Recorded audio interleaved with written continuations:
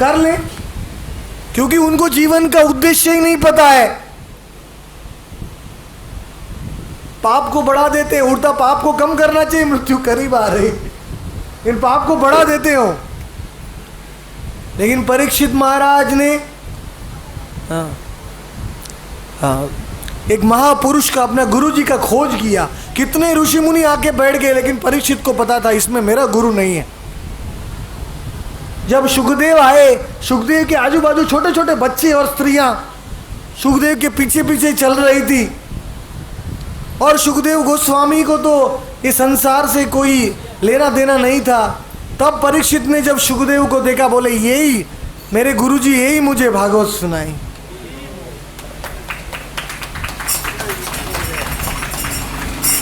क्योंकि सुखदेव के शरीर में 32 प्रकार के चिन्ह थे, नगरोध परिमंडल उसको कहते हैं, एनाटॉमी, या मतलब शरीर के चिन्हों से आप पहचान सकते हैं कौन महापुरुष।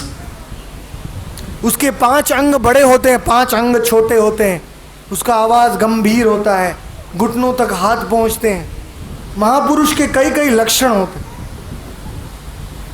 और सुखदेव की आंखें तो बिल्कुल कमल की पंखुड़ियों की तरह बिल्कुल कान तक जा रही थी। ऐसे आंख खोल के बंद हो रही तो ऐसा लगता है कि कमल बंद हो रहा है, कमल की पंखुड़ियाँ खिल के बंद हो रही। तो परीक्षित और सुखदेव का वर्ण भी कृष्ण जैसा था। क्यों वर्ण उनका कृष्ण जैसा था? क्योंकि राधा रानी दोपहर के समय में राधा रानी शुक को अपने हाथ में बिठा के शुक को कहती थी कि कृष्ण की स्वरूप का तुम स्तुति करो, वर्णन करो। और वो शुक राधा रानी के हाथ के ऊपर बैठ के कृष्ण कृष्ण कृष्ण कृष्ण कृष्ण कृष्ण रक्ष माम, कृष्ण कृष्ण कृष्ण कृष्ण कृष्ण कृष्ण पाहि माम, कृष्ण केशव कृष्ण केशव कृष्ण केशव रक्ष माम, कृष्ण केशव कृष्ण पाहि माम, कृष्ण केशव केशव रक्ष माम, कृष्ण केशव कृष्ण केशव पाहि माम।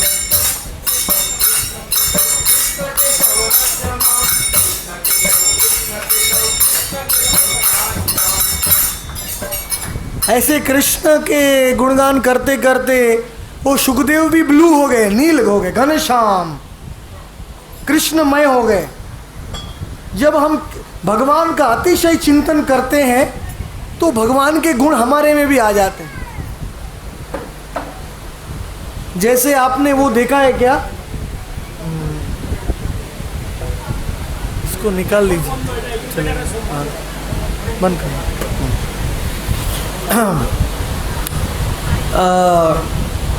एक वो होता है सिल्क वर्म को क्या कहते हैं?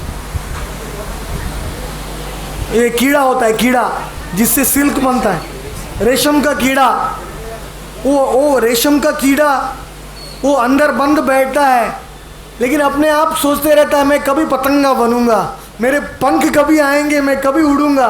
तो उसका चिंतन इतना बढ़ता जाता है कि सचमुच में उसके पंख आ जाते हैं और उड़ने लगता है। उसी प्रकार जो कृष्ण का चिंतन करता है, जो भागवत सप्ताह को सुनता है, उसका कृष्ण का चिंतन इतना स्ट्रांग हो जाता है कि वो उस कृष्ण के सब गुण उसके अंदर आ जाते हैं। सर्वगुणै तत्र समासते हराव भक्तस्य कुतो महद्गुणा। लेकिन जो भागवत नहीं सुनता है उसके पास एक भी अच्छा गुण नहीं हो। वो संसार में बड़ा जेंटलमैन हो, दूसरों के प्रति बड़ा दयालु हो, दूसरों को दान कर्म करेगा, बहुत मीठे मीठे शब्द बोलेगा, लेकिन वो अगर भगवान का भागवत नहीं सुनेगा तो श्रम एव ही केवलम। क्या फायदा है उसके मिठास का, उसकी दया का? अरे किसी को हम भोजन देंगे कल वापस भूखा होगा, किसी को हम दवाई देंगे वापस रोगी होगा, वापस पुनर्जन्म लेके और तड़पेगा वो। तो ऐसी दया कीजिए जीवों पे कि वो जीवों का पुनर्जन्म ही नहीं होगा। केवल भोजन मत दीजिए, प्रसाद दीजिए उनको। प्रसाद खाएंगे तो आत्मा का प्रगति होता है। तो इस प्रकार से, और ये भागवत का प्रसाद सबसे पहला प्रसाद है। पहले कान से खाना है, बाद में जीभ में मिलेगा आपको। भागवत का प्रसाद पहले कान से श्रवण करना है ये अमृत को। तो इसलिए भागवत का श्रोता और भागवत का वक्ता दोनों में गुण जरूरी है, नहीं तो रसाभास हो जाएगा। तो इसीलिए भागवत का श्रोता या वक्ता अगर भागवत कथा करेगा धन संपत्ति कमाने के लिए, तो अगर वो नियम फॉलो करेगा तो उसको धन संपत्ति मिलेगा भागवत कथा सुनने से। जैसे ये टाइम हम भागवत कथा इसलिए कर रहे हैं कि अगले साल राधा माधव मंदिर के छत में कोई हॉल नहीं रहना चाहिए। अगले साल कोई भक्त का अभिषेक नहीं होना चाहिए। वो भागवत करने से सब समृद्धि आ जाएगी यहाँ राधा माधव मंदिर में। और अगले साल तक मंदिर बन जाएगा। हाँ, सनत प्रभु जो भी सहायता करना चाहते हैं कृपा करके सनत प्रभु और लोचन दास प्रभु को, बहुत साल से वो प्रयत्न कर रहे हैं मंदिर को कंप्लीट करने के लिए, लेकिन नहीं हो रहा है। अभी भागवत कथा हो गई तो यहाँ लक्ष्मी का वास हो गया, राधा रानी का वास हो गया, भगवान का वास हो गया, तो अभी सब कुछ पूरा हो जाएगा। नहीं होगा तो मैं पूरा कर दूंगा।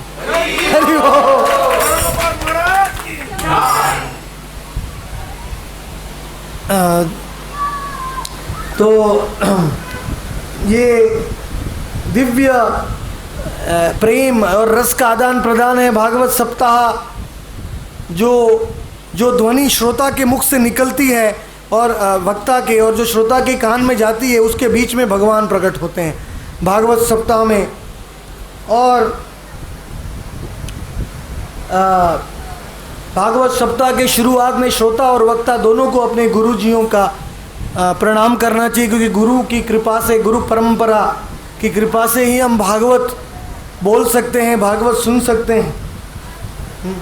और श्रीमद् भागवतम का हमने पोथी यात्रा किया, सम्मान करना चाहिए, गुणगान करना चाहिए, प्रसन्न मन से भागवत को सुनना चाहिए। एवं प्रसन्न मनसो भगवत भक्ति योगतः। भगवान के साथ योग कभी होगा जब हम भागवत प्रसन्न मुद्रा में सुनेंगे।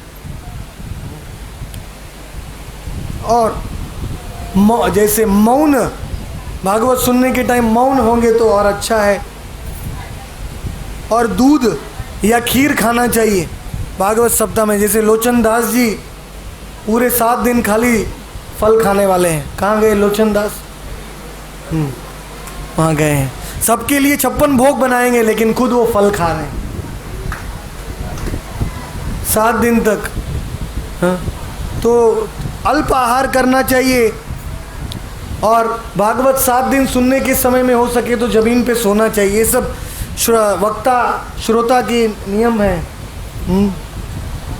नरम नरम गद्दी पे जो सोता है वो छोटा मोटा हिरण्य कश्यपु हो जाता है, क्योंकि हिरण्य और कश्यपु, हिरण्य मतलब सोना और कश्यपु मतलब नरम गद्दी। तो जब नरम गद्दी पे सो जाते हैं, एक्चुअली नरम गद्दी पे सोना है वो पीठ के लिए अच्छा नहीं है। बहुत नरम गद्दी पे सो जाएंगे तो आपकी पीठ खराब हो जाएगी। आजकल लोगों को पीठ का दुखता है क्योंकि बहुत नरम गद्दी पे नहीं सोना। तो इसलिए, और 7 दिन तक आपको घर में भी क्रोध मत कीजिए, लोभ मत कीजिए। क्रोध को कौन छोड़ देगा 7 दिन तक? सब लोग छोड़ देंगे। सब पत्नियां खुश हो जाएंगी। अभी हमारे पति का क्रोध, पति भी खुश हो जाएंगे। तो महीने में हर दिन भागवत होना चाहिए, एटलीस्ट गुस्सा तो बंद हो जाए। तो 7 दिन तक गुस्सा मत कीजिए, लोभ मत कीजिए। और 7 दिन तक भागवत का जो कथा सुना है, जितना उसका मनन कीजिए, चिंतन कीजिए, भगवान का नाम लीजिए। और जागरण, ये भागवत सप्ताह ऐसे शुभ दिन में आई है कि ये भागवत सप्ताह का आखिरी दिन वो पांडव निर्जला भीम एकादशी है। तो उस दिन तो पूरी रात सप्ताह हो सकती है, लेकिन मेरा गला में क्योंकि निर्जला एकादशी में रात आप पानी नहीं पिएंगे। पानी, वो भीम था, वो भीम के पेट में ऐसी अग्नि जलती थी, ऐसी कि एक चीज खा लेता था उसको दूसरी चीज खाने की इच्छा होती थी। 1 घंटा भी वो भूखा नहीं रह, 10 मिनट भी भूखा नहीं रह सकता है। इसलिए भीम का नाम था वृकोदरा। क्या नाम था? वृकोदरा, मतलब भीम के पेट में विशाल अग्नि जल रही थी। तो भीम रोते रोते रोते वेद व्यास जी के पास गया। भीम बोला, हे वेद व्यास, मैं 24 घंटे की बात छोड़ी 1 घंटा भी भोजन के बिना नहीं रह सकता हूँ। मुझे बहुत भूख लगती है, मैं एकादशी कैसे करूँगा? हाय हाय हाय, मेरा क्या होगा?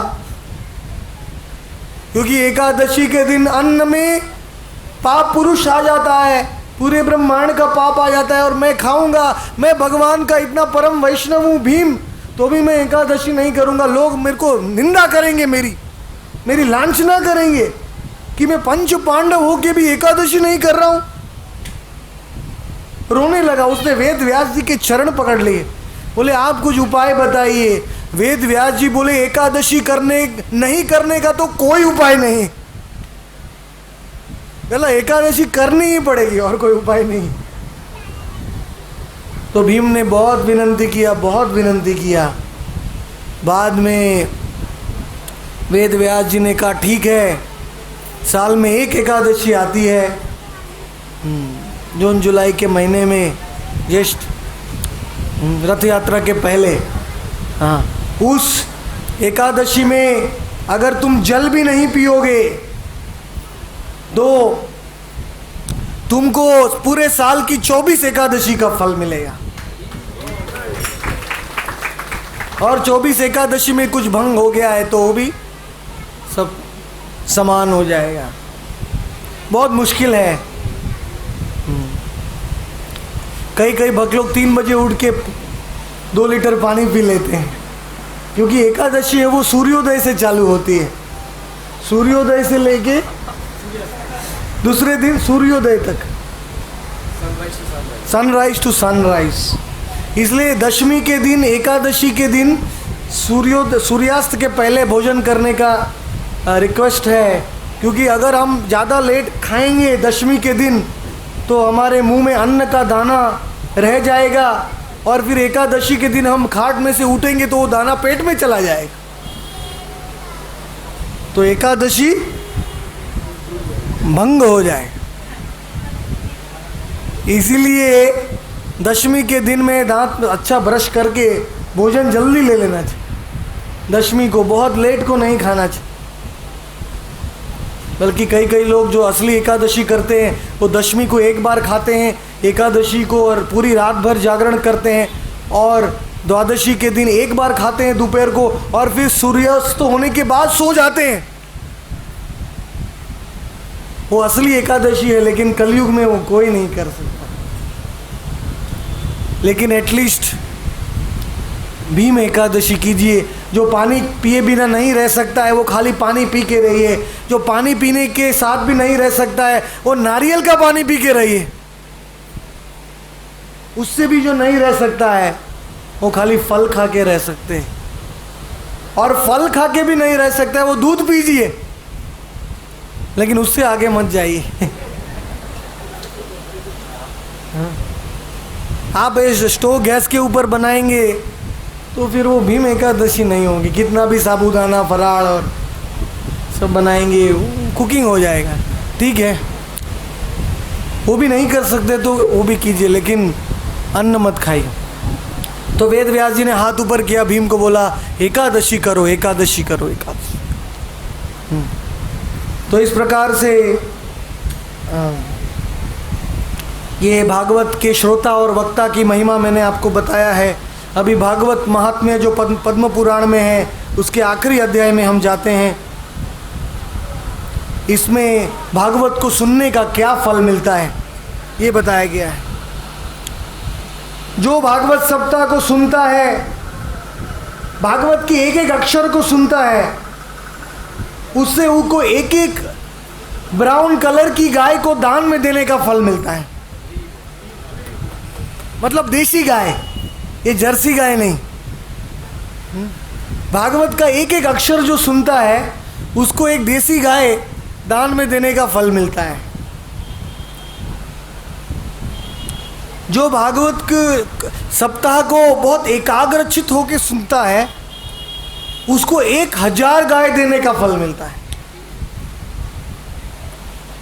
और जो प्रहलाद महाराज जैसे भागवत को सुनता है बहुत ही मग्न होकर, वो तो कली के प्रभाव से परे हो जाता है। भागवत को जो घर में रख के जो इसकी पूजा करता है, आराधना करता है, उसके घर में सब देवता आके रहते हैं, वो सब पापों से मुक्त हो जाता है। उसके घर में कोई भय नहीं आ सकता है। भगवान कहते हैं जो अपने घर में भागवत को रखता है,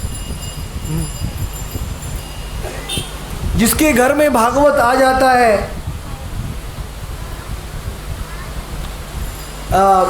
उसके पूर्वज पितृलोक में वो घी, मधुपाक, मिठाई, वो बड़े अच्छा प्रसाद खाने लग जाते हैं, अपने आप उनको फल मिल जाता है। और जो भक्ति से भागवत दूसरे को देता है, भागवत की कथा देता है या भागवत का ग्रंथ देता है, वो सनातन काल तक वो गोलोक धाम में चला जाता है।